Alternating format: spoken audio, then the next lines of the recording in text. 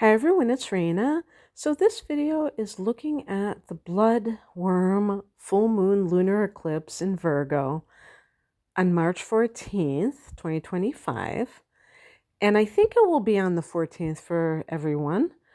If you live in America, this will be right before 2 o'clock in the Midwest where I live. So therefore after, no, wait a minute.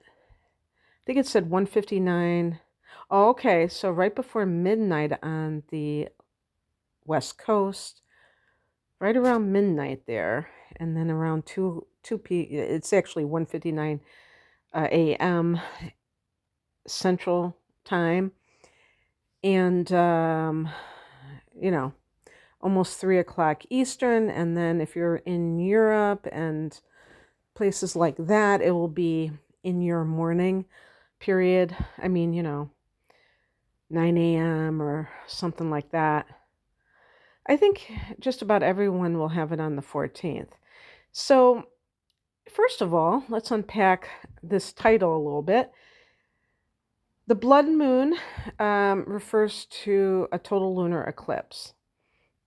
From what I understand, I was reading about it yesterday and today, and if you live in North America, I think it will be visible. It won't be obscured. There were other locations they mentioned, but that was the one that really seemed like the best place to view it.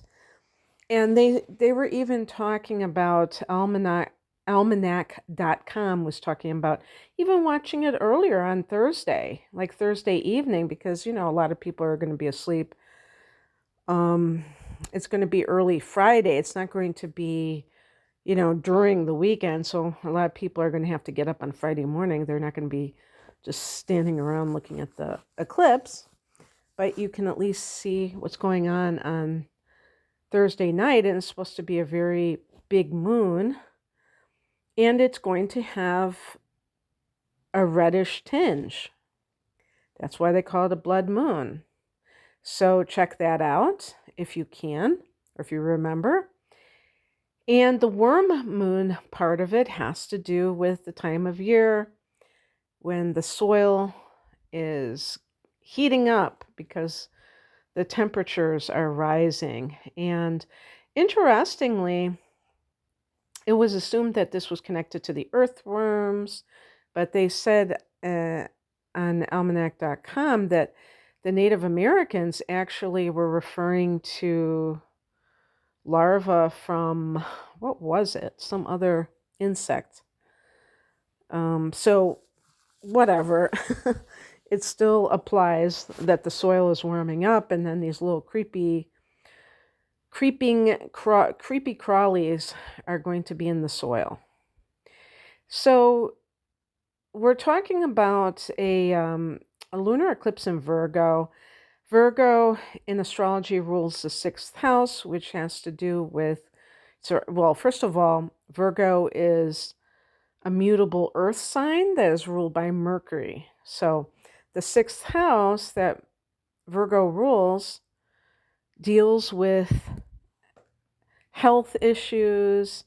It deals with work issues, including the people that you work with, your workplace, the type of work you're doing.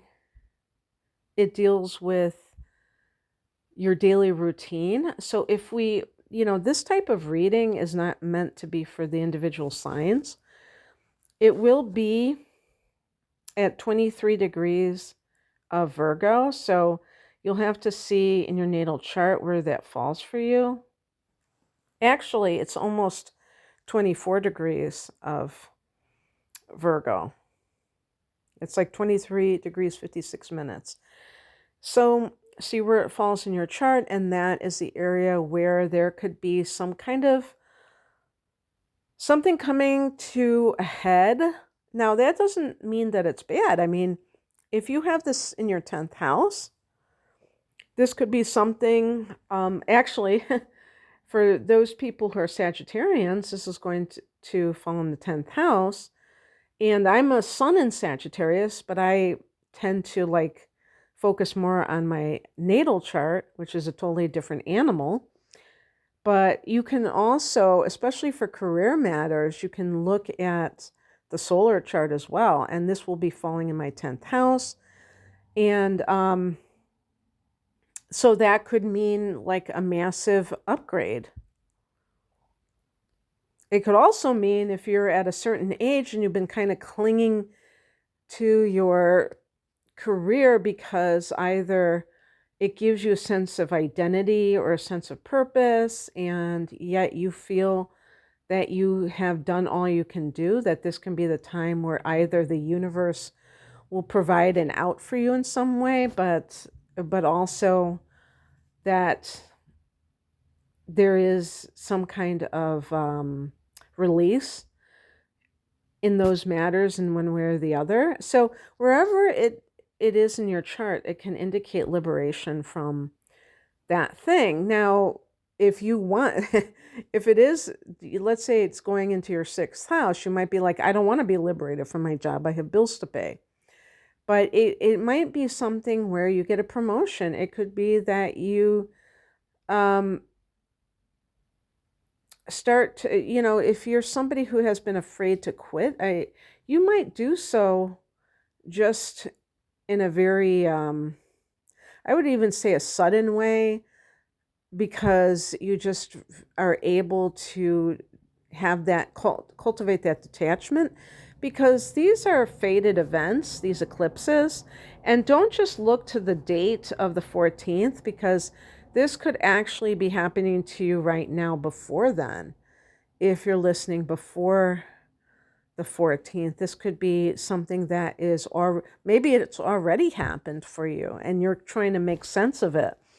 If, let's say, you were laid off from your job, and I guarantee you, well, I shouldn't guarantee anything, but I will, I will say that I wouldn't be surprised if even somebody that was taken by surprise and got laid off from their job, that they were unhappy with that job. They may not have wanted to quit because they felt like that would be like foolhardy, and then the universe beat them to the punch. But please understand, we're going to also have a solar eclipse in Virgo in September. So this is the first eclipse in Virgo altogether in this cycle. We've already had a Pisces eclipse. And so it's all about letting go and letting God at the time of eclipses.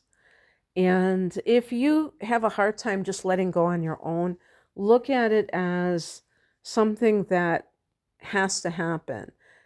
Because a lot of times, like the typical full moon or new moon, we would say set intentions or do a release ceremony, whatever is going on, because it's more intentional. It's more about you taking charge of this portal and doing something with it.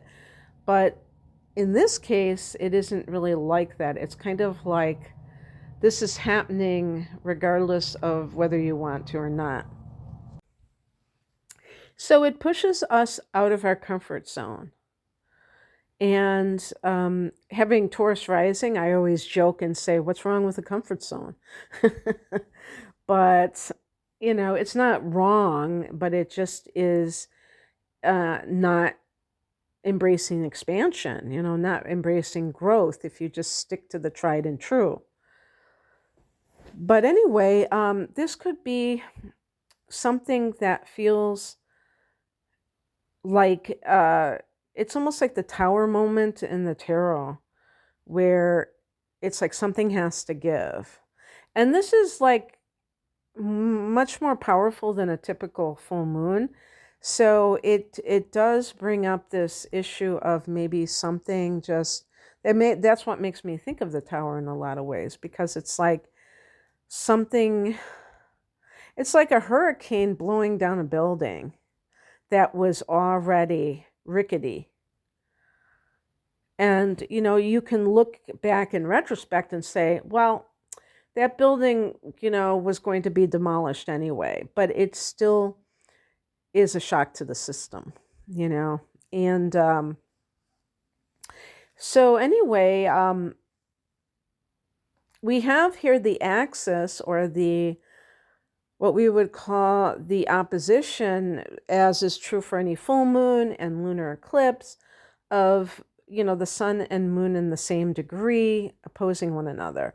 So with the sun being in Pisces and the moon being in Virgo, we're looking at, in this particular case, these are such diametrically opposed types of signs, and yet there's always going to be some similarities because they're also called complementary signs, and they are of compatible elements of water and earth. But Pisces is, and with Pisces, there are other planets in Pisces. First of all, the North Node is at 27 Pisces, as the Sun is in 23 Pisces. So it's pretty close with the North Node. And that means that the South Node is in conjunction with, the Moon is in conjunction with the South Node. And that, to me, reminds me of the reptilian brain and reaction, the reactionary side to life, where if we have our security threatened, that we go into survival mode, so to speak. And someone said somewhere online that I saw yesterday that in the United States, the government's going to be shut down on the 14th.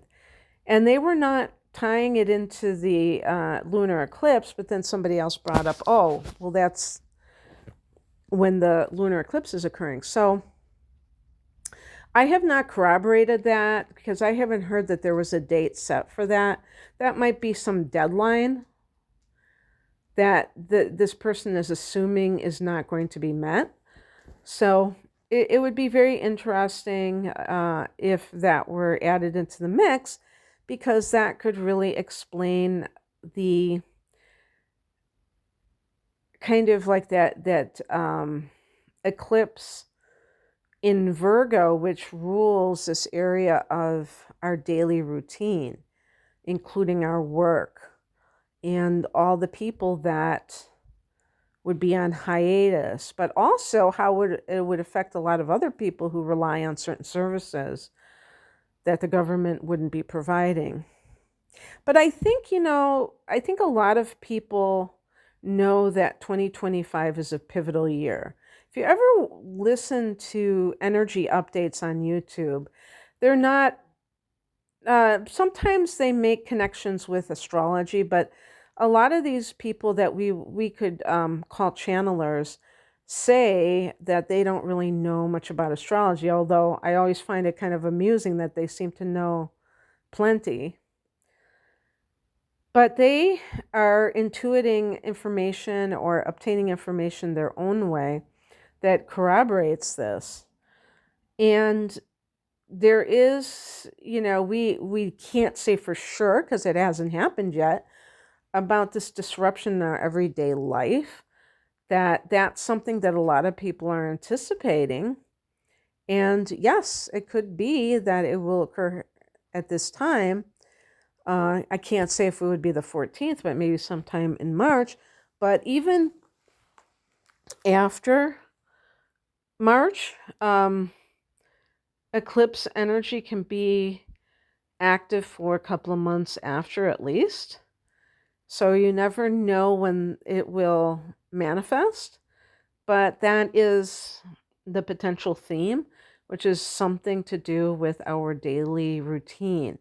Now, all of us who are older than 4 years old, well, I shouldn't say somebody who's like 6 years old remembers 2020, and they might have been like a baby, but we did have this sort of thing in March of 2020 when we had the global shutdown. And this was unprecedented. There are always these kinds of things, like for instance, during wars, and we've had in the 20th century, we had a couple of world wars and some other big conflicts like Vietnam and the Korean War that the United States participated in, for instance. But that did not affect the whole world. And even the United States, during World War II, everybody that lived in the homeland, they went about their business. This was different. So these kinds of things, are always possible, and we've already lived through that. So this could manifest for a different reason, but have, a similar type of result where something interrupts our daily life.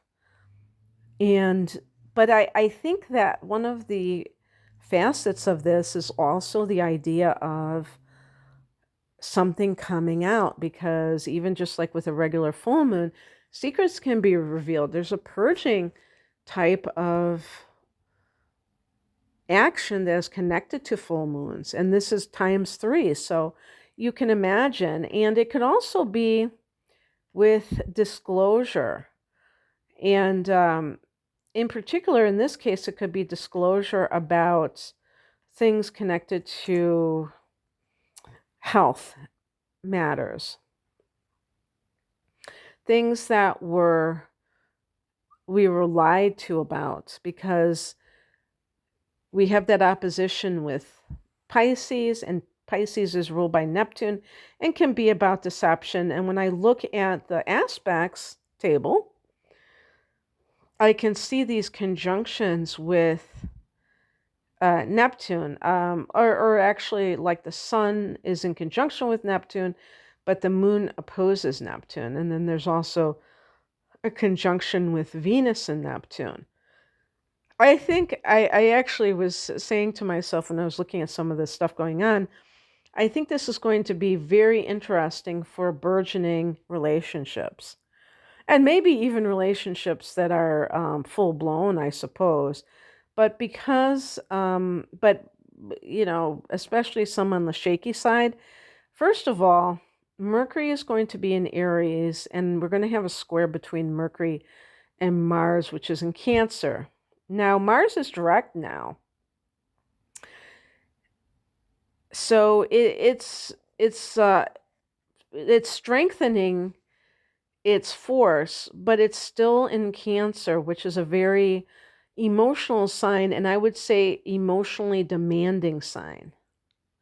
So anyone who is dealing with relationship issues and is feeling very triggered because you're with someone who you feel is neglecting you, you're going to have to check yourself before you wreck yourself. I know that sounds really cheesy for me to say that, but whatever, because with that square, you're going to be it's going to be very emotional, because fire is emotional and so is water. But water is kind of the, I was going to say poor me variety. Water, but especially like Cancer, very manipulative. Like, Mars can be accusatory when it's making this hard angle to Mercury. And very aggressive, but coming from this position that you have been neglected emotionally. And Aries is, to have Mercury in Aries, it's very blunt speech. So everyone is going to have to watch what they say, because there could be consequences for, how they say loose lips sink ships. And especially now, if you live in England, you have a real piece of work at the helm. I mean, that guy is something else. And that person was making threats about, people have been questioned about Facebook. Posts they made a few years ago on Facebook, they're getting knocks on the door and stuff like that, or whatever. Some kind of like trying to intimidate people, I guess. So I'm not saying that we shouldn't embrace free speech, but just consider the timing of it, because we're in this very emotionally charged time of a lunar eclipse, and so much is there. There could be like a lot of chaos around it. So just keep that in mind, because it could be very challenging in general. And yeah, and Mars is squaring off to Chiron, and this is like this wounding of assertion, of asserting ourselves. This also is expressed with the opposition between the moon and Saturn, because Saturn is the authority figure, and people who have Mars squaring or maybe opposing their Chiron in their natal chart can come from a family where it was unsafe for them to assert themselves and to, you know, ask for what they need, because they may have had some kind of tyrannical behavior around them. So this is suggesting that we are triggered in this way, and this is because of things that have already happened. And I'm not going to go into that, but there have been punitive actions taken on citizens for, just what I was saying about free speech and talking about in UK, but also in the United States, for people that freedom of assembly and things happen to them. And those are intimidation tactics to discourage other people from doing the same. So this wounding may show up right now in terms of how people feel about taking action. And again, there could be some event that causes us to want to express ourselves because we feel violated. For instance, if something happens to totally upend our daily life and we feel like we can't do what we're supposed to do, yeah, I mean, I think some people will be like, they want to express that, their displeasure with that. But also with the conjunction with the Sun and Neptune, there may be this, I think that can be a saving grace, because I think that will help mute the ego, which tends to be very individualistic and just maybe in some cases self-absorbed. Because even if you are not particularly affected by something, if somebody else is and you turn a blind eye, that is a form of self-absorption. I mean, it depends. Maybe sometimes people think it's not really that serious, that somebody's experiencing something. So I get it. It's not all the same. But yeah, so that can happen. And um,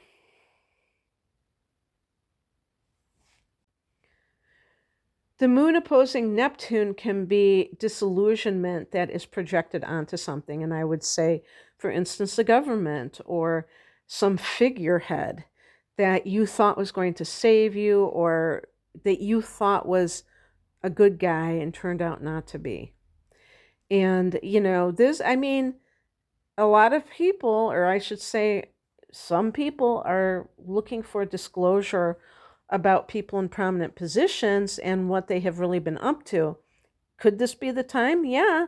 I mean, it could be. In Virgo, I feel like it may be connected in particular to health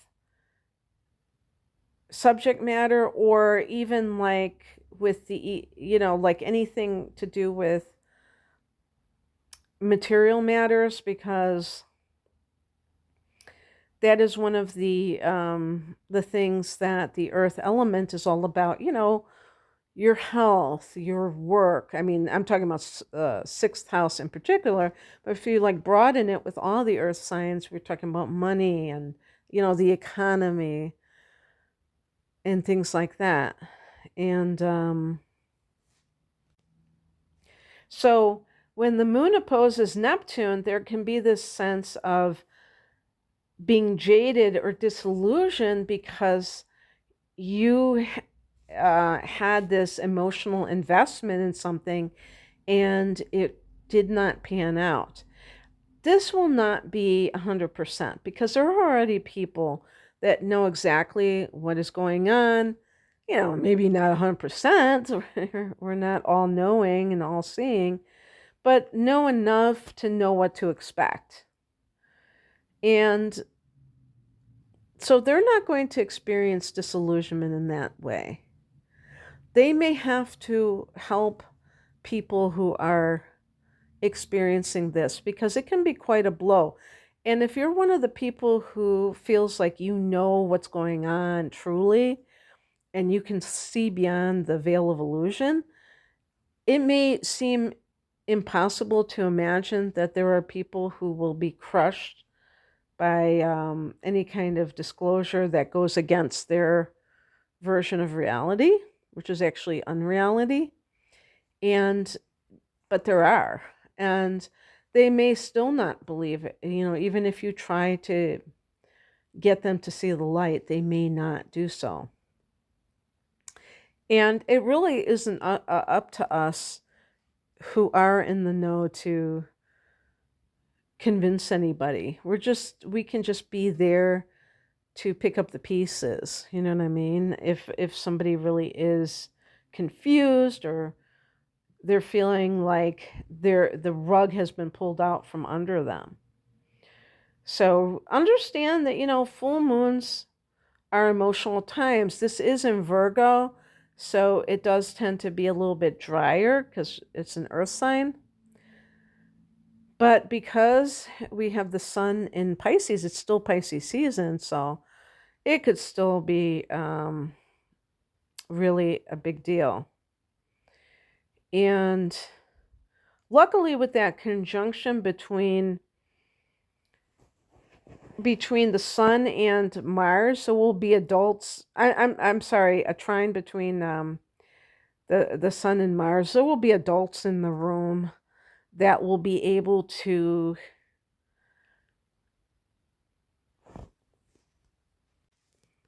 conduct themselves with maturity because when things happen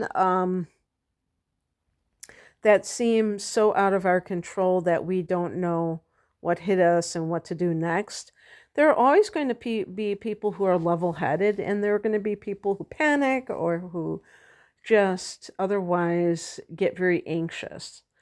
And so I like that the sun is trining Mars. I like that the moon is sextiling Mars. Both of those are friendly angles.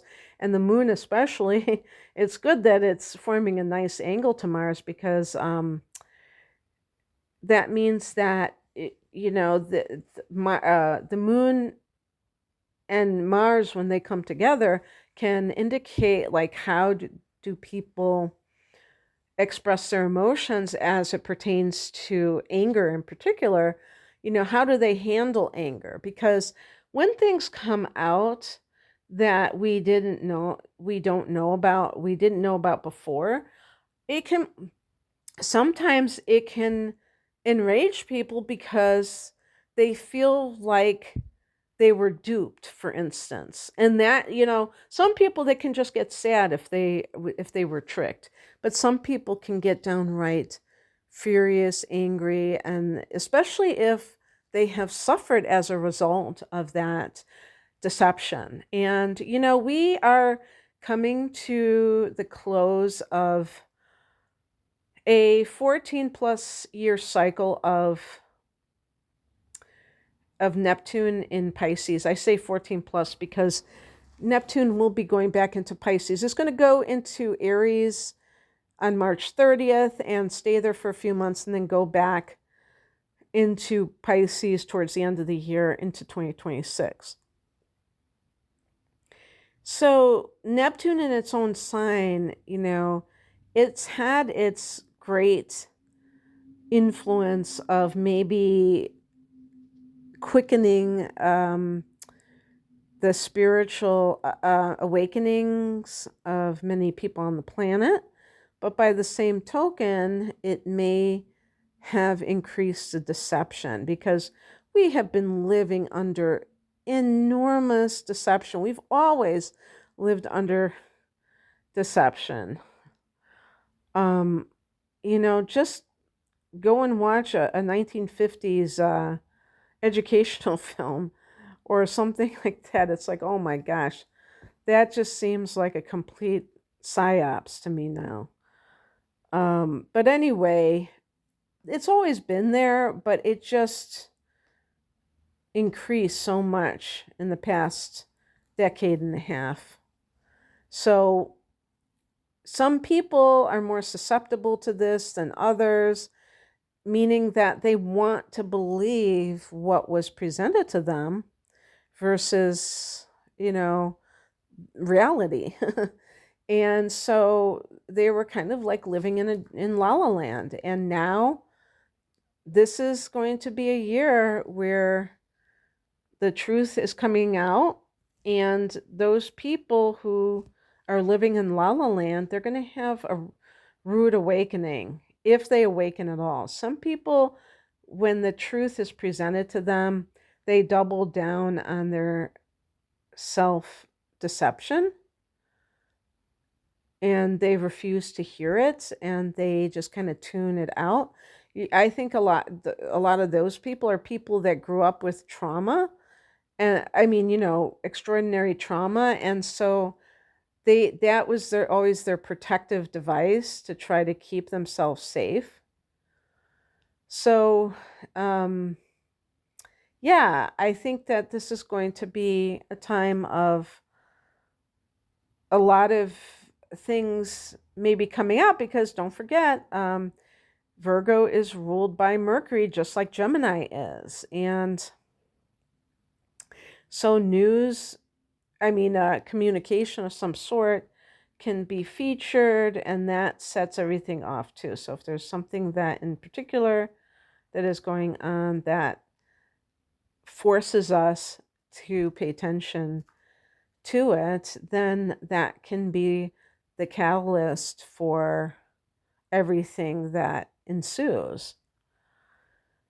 So I think it'll be a very important turning point, not just in the month of March, but in 2025. I mean, we started the year with a bang. It's not like we've had much of a lull in the action up until mid-March. But also remember too that at this time Venus will be retrograding, and that's another reason I think love matters are going to be very interesting, because you're going to have Mercury and Venus in Aries, which is a fiery sign, and especially with that Venus in Aries, that's very fiery, but it's not necessarily very sensitive. So there could be some insensitivity with love, like bluntness of speech, and so people could be telling it like it is, but it might be too much for some people. But then on top of that, we have the very next day after this lunar eclipse, Mercury goes retrograde in Aries, and both Venus and Mercury go retrograde around that 10-degree mark that, that 9-degree mark that the solar eclipse in Aries will be at when it happens on March 29th, which is a very powerful new moon. So suffice it to say, there's a lot going on in March, and this is just one of them, but it's a big deal. Alrighty then, that's what I have for you. Thanks for listening. If you would like a private reading, the link is below. Take care. Bye.